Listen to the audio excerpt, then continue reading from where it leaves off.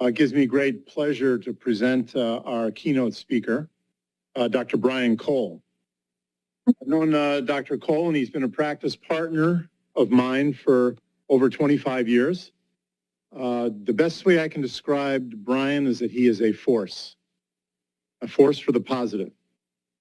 Brian went to undergrad. He grew up in Highland Park around here and went to undergrad at the University of Illinois, followed by medical school at the University of Chicago, where he also got an MBA from what is now Booth Business School.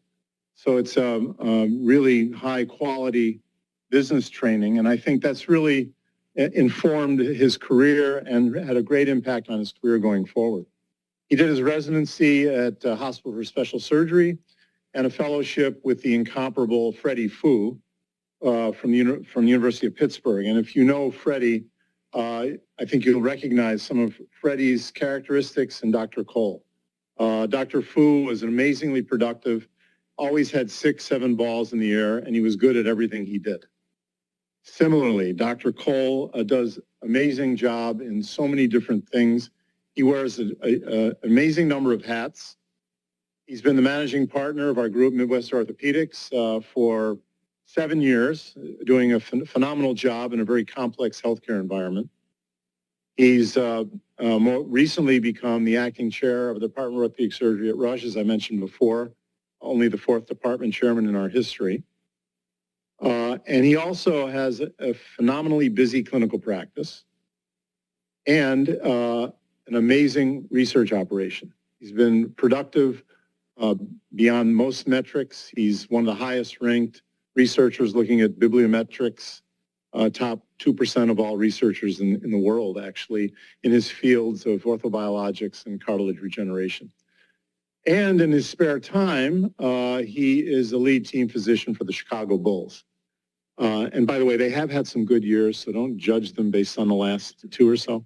And despite all of his efforts, and he does everything he can, there's only so much PRP can do.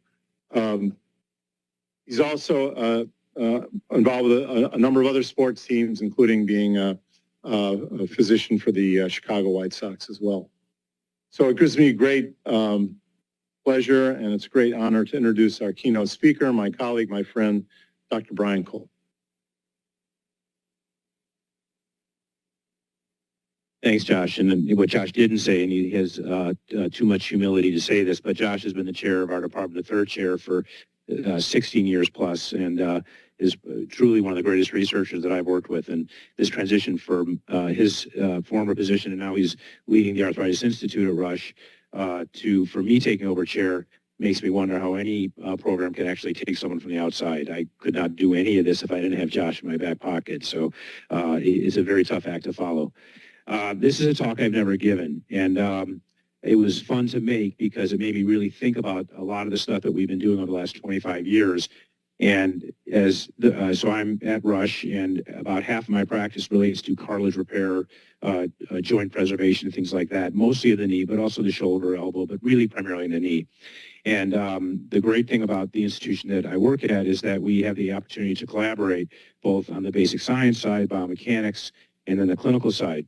And what I thought I would do is pick one paradigm or one problem and one solution and share mostly the translational things that we've done over the last couple of years to sort of look at the progress we've made of taking really simple questions, bring them to the laboratory in often a very inexpensive way, in a very time-efficient way, and then bring it right back to your practice to make a difference in what you do. And I will just reflect for a moment that my first real grant was a OREF Career Development Award, and that was in 2001, starting practice in 97. And that made an enormous difference on my career. It was a $25,000 grant. It was from Zimmer, and I'm trying to remember the name of it. If there's anyone here in the OREF who was still there then, it was an award that they funded every year, and it was given to a young investigator. And it was a study that looked at something that Dr. Jacobs looks at, which is the use of hyaluronic acid to coat implants and BMP. It was an animal study that canine study that was one of my first real decent basic science in vivo model studies I had ever done. And it was meaningful because it set the foundation for me to get additional funding, and it provided a lot of credibility when you get an award like that. And it's almost independent of the number, quite frankly, but the fact that the OREF was behind it was very meaningful. And it wasn't long after that that I joined the Shan Circle, which is an amazing opportunity to give to OREF. And this isn't a pitch to open your pocketbooks, but it was not long after I went into practice that I found out about Shan's, which is a very important organization that has a meeting every year at the Academy. Is it still the same number, 25,000? Is that what it is? Has it changed? So, forgive me. Yeah, so basically, as a young person, when you're coming out into practice, where you still have student debt, things of that nature, I basically at that time did deferred giving. So it was part of my estate planning. So yeah, it's a delayed gift, and now my paradigm is changing, to giving while living. But when you're young and you want to participate, there's ways to do that, and all of that pays dividends while you're practicing and towards the end of your career. And it helps these organizations, which, they have over $8 million of funding. They've been a critical part for every specialty, as you see. So it's ironic that Josh asked me to come do this. I'm happy to do it. It's a privilege. But truth be told, this was a initiator for a lot of the work that I've done. And frankly, I'm not sure I'd be here if I didn't have these initial grants and this involvement. So you guys should look into it as you guys finish, especially if you go into academic medicine. Look into the Shan Circle as a way to get involved very early.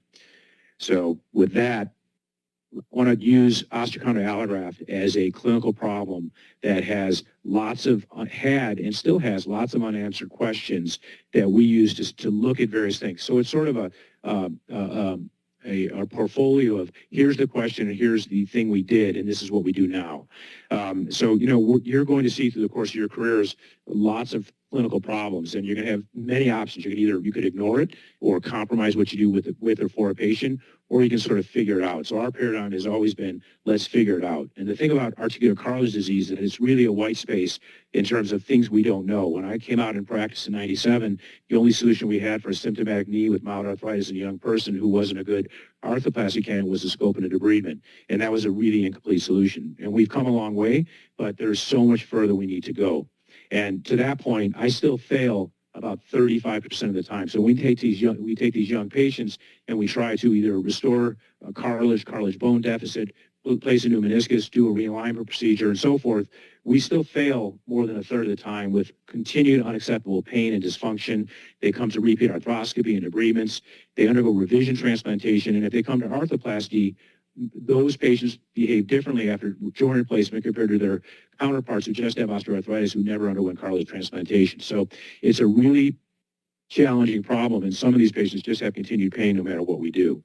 So the clinical problem that I'm going to talk about for a solution is how to best treat articular cartilage defects. And we have all of these different options available to us, and those are the current frequencies. You can debride, you can do a marrow stimulation, we can use some type of surface cartilage graft, an osteochondral autograft, which is basically a plug of bone from one part of the joint, taking it to another, like a hair transplant, cell-based transplantation, or MACI as they call it now, and then finally osteochondral allograft. So I'm going to just talk about that.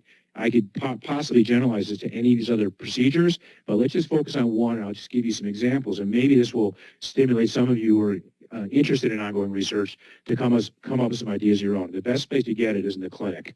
When you see the problems that your attendings and mentors are having in the clinic, identify those and figure out a way to get it done, take it to the lab, take it to an animal, and find a solution that you can generally bring back to the clinic in short order. So when I first came on practice, we really didn't have any algorithms to treat cartilage, and we just basically did it on defect size. And it was pretty rudimentary. It wasn't even scientific. It was just, the small ones will debride them, and the big ones will put an osteochondral allograft on, but we're not really sure about all the other independent variables. And the decision-making has gotten much more granular over the years, where it's not a cookbook approach, but it's still much better than we used to be in terms of compartmentalizing how to treat cartilage and bone problems, address all the comorbidities, look at patient-specific factors, and so forth. So that's the subject of another talk, and I'm not going to go into that, but I just want to help you understand the complexity of the problem. But one of the solutions is an osteochondral allograft. So that's a graft of bone and cartilage that we take from a living donor. Someone donates heart, liver, lungs. They also donate cartilage, and it can be used for the trochlea. It can be used for the patella. It can be used for large defects. This is a NHL player who had a very large defect who was unable to play, ended up having a full graft of the trochlea, as you see here, and was able to actually get back to play. So it's probably one of the most predictable solutions we have for localized cartilage loss.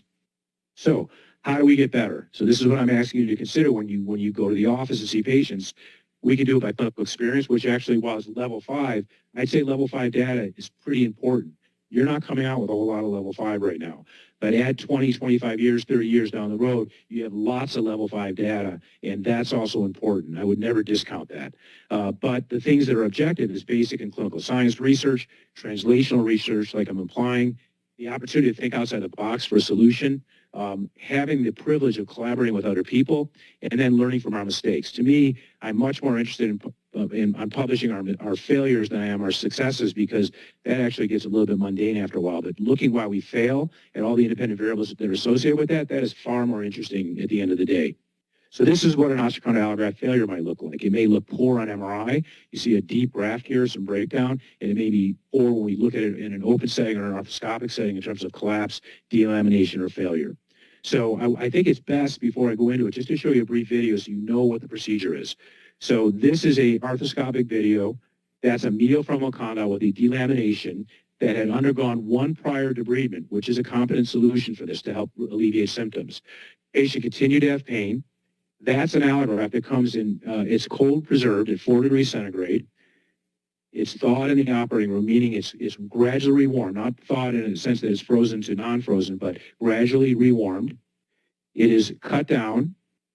There's a chance for trauma to the graft when we cut it. We ream it with a reamer. In the past, this was just reused instrumentation that would wear over time. Sometimes we see metal debris. Sometimes we see graft failure with delamination and cell death.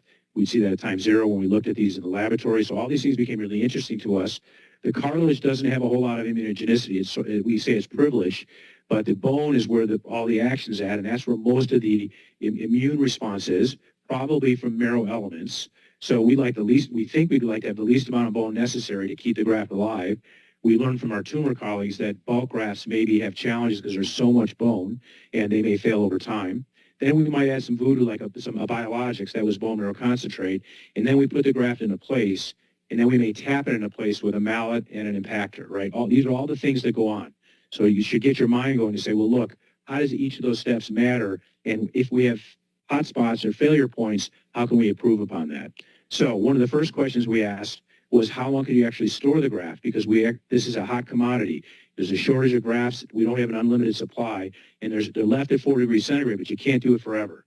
And one of the first studies we did is in the laboratory, we determined that after 28 days of cold preservation, there's a precipitous drop in sulfate incorporation and an increase in cell death. So we defined the time frame that a tissue bank can keep this cold, which is about 28 days. After that time frame, the grafts would expire. Today, many years later, that was 2004, 28 days is still the time frame for most tissue banks.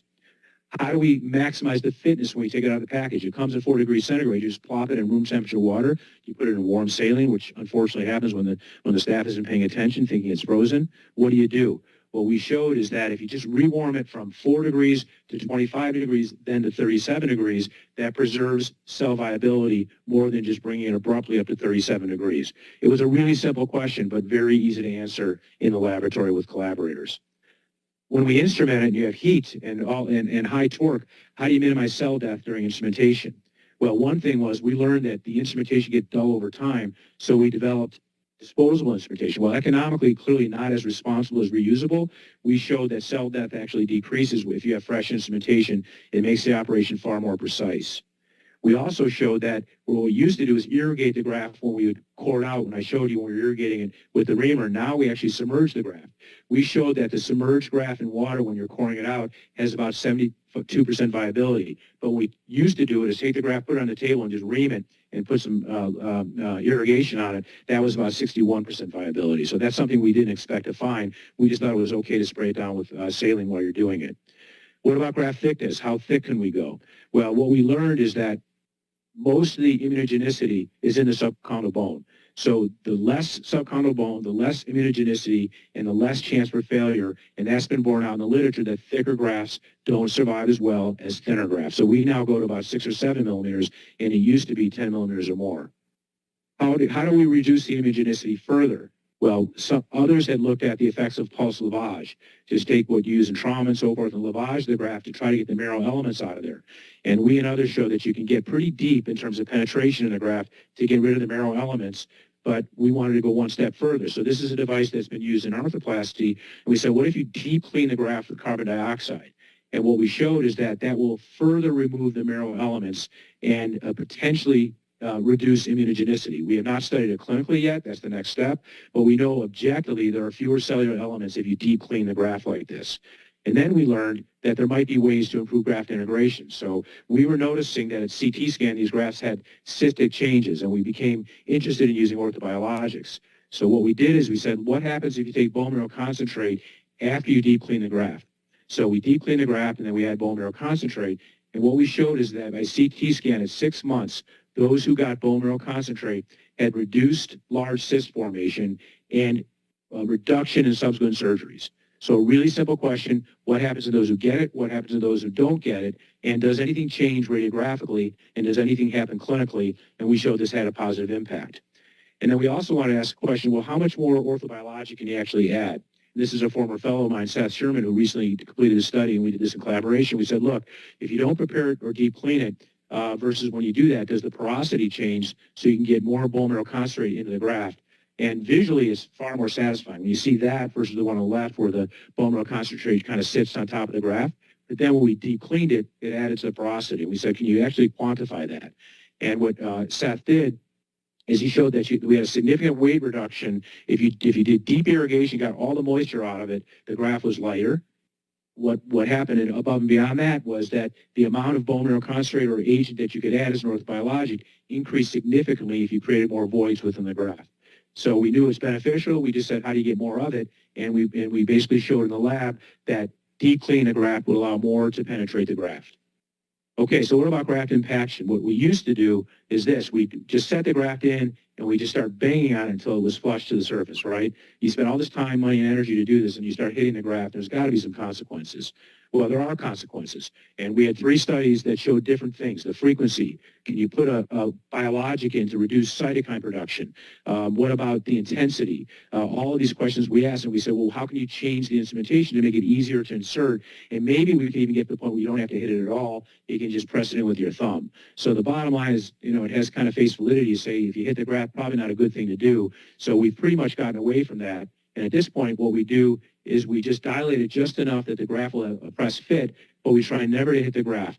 And to reposition the graft, we just did this little trick. We said, let's just put a suture under it, and if it has to be moved again, you just pull the suture, tug on it, spin the graft around. When you're all done, you just pull that suture out. So technique evolution has happened because of things that we've learned in the laboratory.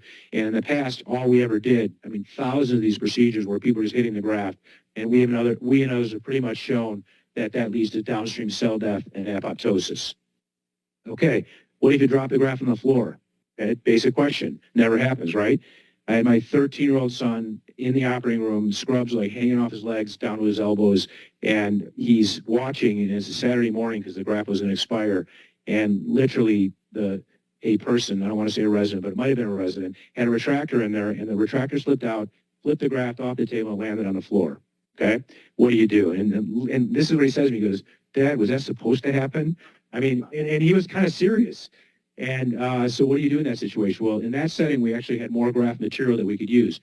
But we became interested in how do you solve that problem without killing the graft, right? Maybe you won't have enough graft available. So we looked at a couple of different means to sterilize the graft. We borrowed from other literature and allograft research, and we found that if you use 0.002% chlorhexidine, 1 liter of it, that will sterilize the graft and not compromise cell viability. Super simple question.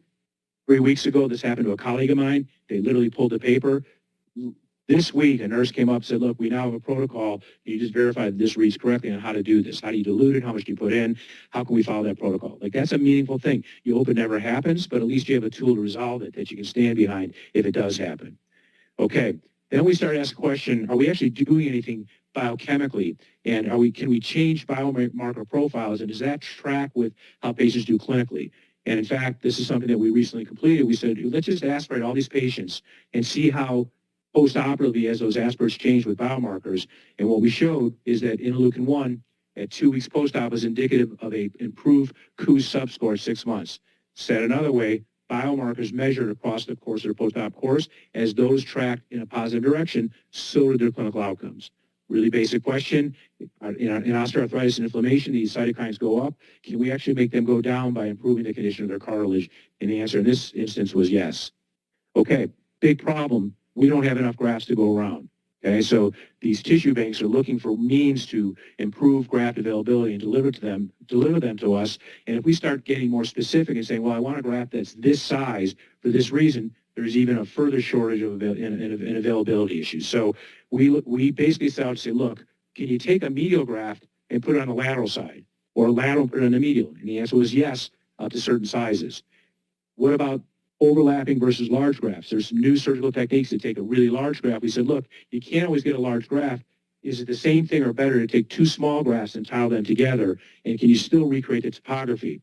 And through FEA and a computer simulated model, we showed that, yeah, you can still recreate the topography. You don't have to have a huge graft. You can have 2 small grafts and put them next to each other, and they do just as well.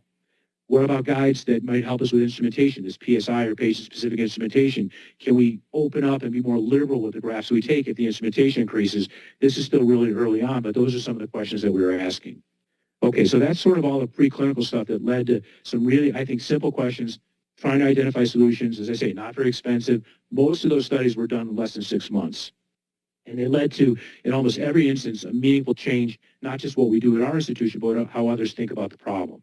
And then the obligation, if you're going to get into this, is to track things clinically. And this is a relatively rare problem. So when I came out in practice, the goal was to capture every single patient, because there's just not a lot of them. And we started out with a registry, and just a smattering, just an osteochondral allograft, of the kinds of things that we've been able to look at and publish. And I don't take isolated credit for this in any meaningful way. While I have the patients, this takes an army to track these patients. And it's not just a database that does it. You have to have full-time people, research assistants, that pay attention to this stuff to capture these patients from time zero. And then you have to have programming through your EMR to actually reach out to these patients, and very good compliance to get it done. But these are some of the papers that we've published in all areas related to osteochondral allografts and clinical outcomes. So what I'll do is I'll just go over a couple. Just some of the important ones. This is a study where we looked at medium to longer-term follow-up, minimum 5 years, 7.5 years mean, just looking at improvements in PROs. And basically, we looked at survivorship. And this is what patients want to know. How long is this allograft going to stay in my knee before it fails? We showed survivorship of 86% at 5 years and 82% at 10 years. That's useful to know if a patient wants to know how long is this graft going to last, at least how I will do clinically over time. What about return to sport? Can you actually get someone back to sport after this? Yes, you can. Someone who has an isolated cartilage defect, treated with osteochondral allograft, return to sport is in the range of 75 to 88%. What about age and gender? We looked at that aspect. We found that when females fail, they tend to fail earlier, less than 40. When males fail, they tend to fail later, greater than 40. We also looked at comparisons and outcomes, and while we saw no differences overall in complications, reoperations, and failures, lower KOOS scores were seen in those less than 40, and that might have something to do with that's just a higher demand population, okay? What about size? Size does matter, and the reason we determine that is because what we learned is that those who have small femoral condyles tend to have more symptoms because it's a larger area of defective cartilage. Those with larger femoral condyles, with the defect size being the same, tend to have better pre-op scores than those who have smaller femoral condyles. So the contribution of normal cartilage to abnormal cartilage matters. That's why size matters, not the absolute size of the defect itself. So those are things that we learned. We can talk to a patient and say, look, if we get a little more data, we'll start to predict, do you have a high likelihood of success, intermediate, or a low likelihood of success if you go through this? Does it work in adolescents with open growth plates? That was just another subset because we had this amazing registry. And the answer was yes, but they didn't do as well as their adult counterparts. So we can do this in kids with open growth plates, but they did not fare as well clinically in our PROs. What about if they had prior treatment? This is a subject in my world to say, look, they've had a previous debridement, they had a previous marrow stimulation, they had a previous cell transplant. Can you do an osteochondral allograft and still expect a good outcome? And the answer was yes. In this setting, you can expect as good an outcome compared to a cohort who's never had a transplant before. And then finally, we spent a lot of time on saying, look, you can't just look at these patients in a box and say they have a cartilage problem, because many of them are missing their meniscus or some of them are malaligned. So how do those people do? Can you still get good results? And in general, meniscal allografts or meniscal transplants can return even high-level people back to sport about 75 to 85% of the time. So we said, how do they do if you had a graft? And those patients actually do well. If you correct all the comorbidities, meaning meniscus deficiency and an osteochondral allograft, the outcome scores look the same as patients who have an isolated meniscal transplant. If you don't correct that comorbidity, they look abysmal. So we now know you can't ignore this stuff. If you're going to get into this world and treat these patients, you got to kind of fix everything at the same time or in a staged fashion. Same thing, osteotomy. Osteotomy is a great operation, right? If you go to Europe, the same patient here who gets a unicompartmental knee replacement, they get an osteotomy. We've shown and others have shown that you can improve patient-reported outcomes and you can actually return athletes back to sport with an osteotomy with unicompartmental arthritis. You revise it but added to this, when we looked at our patients who get what we call the triple threat, they get an osteotomy, meniscus transplant, and an osteochondral allograft. Those patients fare just as well as an isolated osteochondral allograft.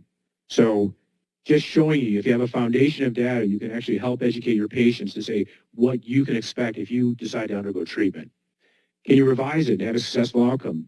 Yeah, as I told you, 35% of these patients may fail over time, and we see a lot of failures in the first 5 years.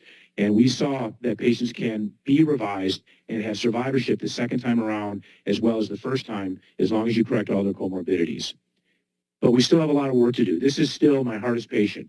This is a patient who had a cartilage graft, still has pain. This is what a graft looks like at second look at 1 year. It looks pretty perfect. The surrounding area doesn't look great, but that we replaced probably about 80, 90% of it. The CT scan showed perfect integration of the graft, but the patient has no change in clinical outcome. Okay, so to this day, we have a lot of these patients. I have no idea whether this patient didn't get a successful outcome, and maybe it's just something we don't understand. And I think all of us have those patients in our practice where they come in and you really have you kind of have this feeling you're not going to be able to help them, and you can do A, B, C, and D. At the end of the day, they're no better. This still remains our most challenging problem. So how do we optimize this? So this is, you take all these things and you think about it, can these actually be inputs so that we can be a little bit better at our jobs and have a more predictable outcome? And I think the focus, and this is for those of you in this room, this is where I think it's going to become particularly relevant, right? How do we improve our future decision making? And you probably could predict what I was going to say. It's going to be in the area of AI, right? We have so much data that you could probably create a generative process that will help us make decisions for our patients. So this is just something that we're becoming interested in, because now we're going to say, how do we use all this data, make a better decision with our patients, and give them some predictor to say, this is what you can expect if you undergo this treatment.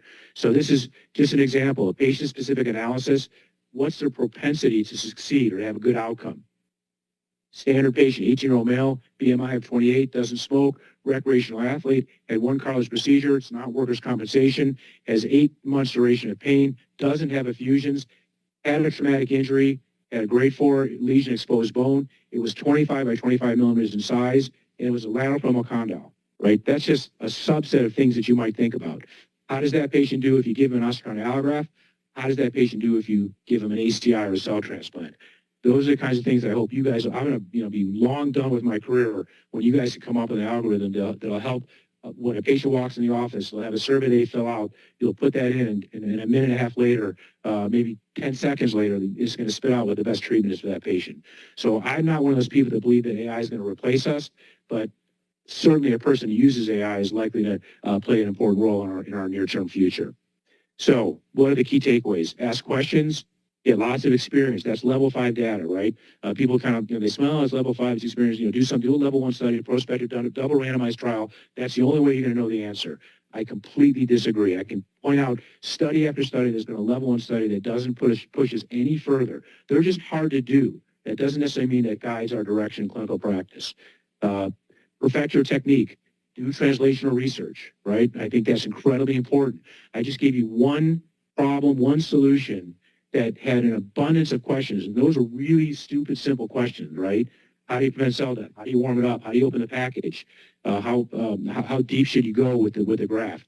Those are basic questions that you can continue to ask and get those answers if you have the right people around you. And I think what's really important is, you got to take a look at your outcomes. And I would say once you're getting good at what you're doing, start focusing on your failures and see how we can actually do better for our patients. So thank you for the opportunity to present, and it was really enjoyable to be here with you all, and great job on your talks.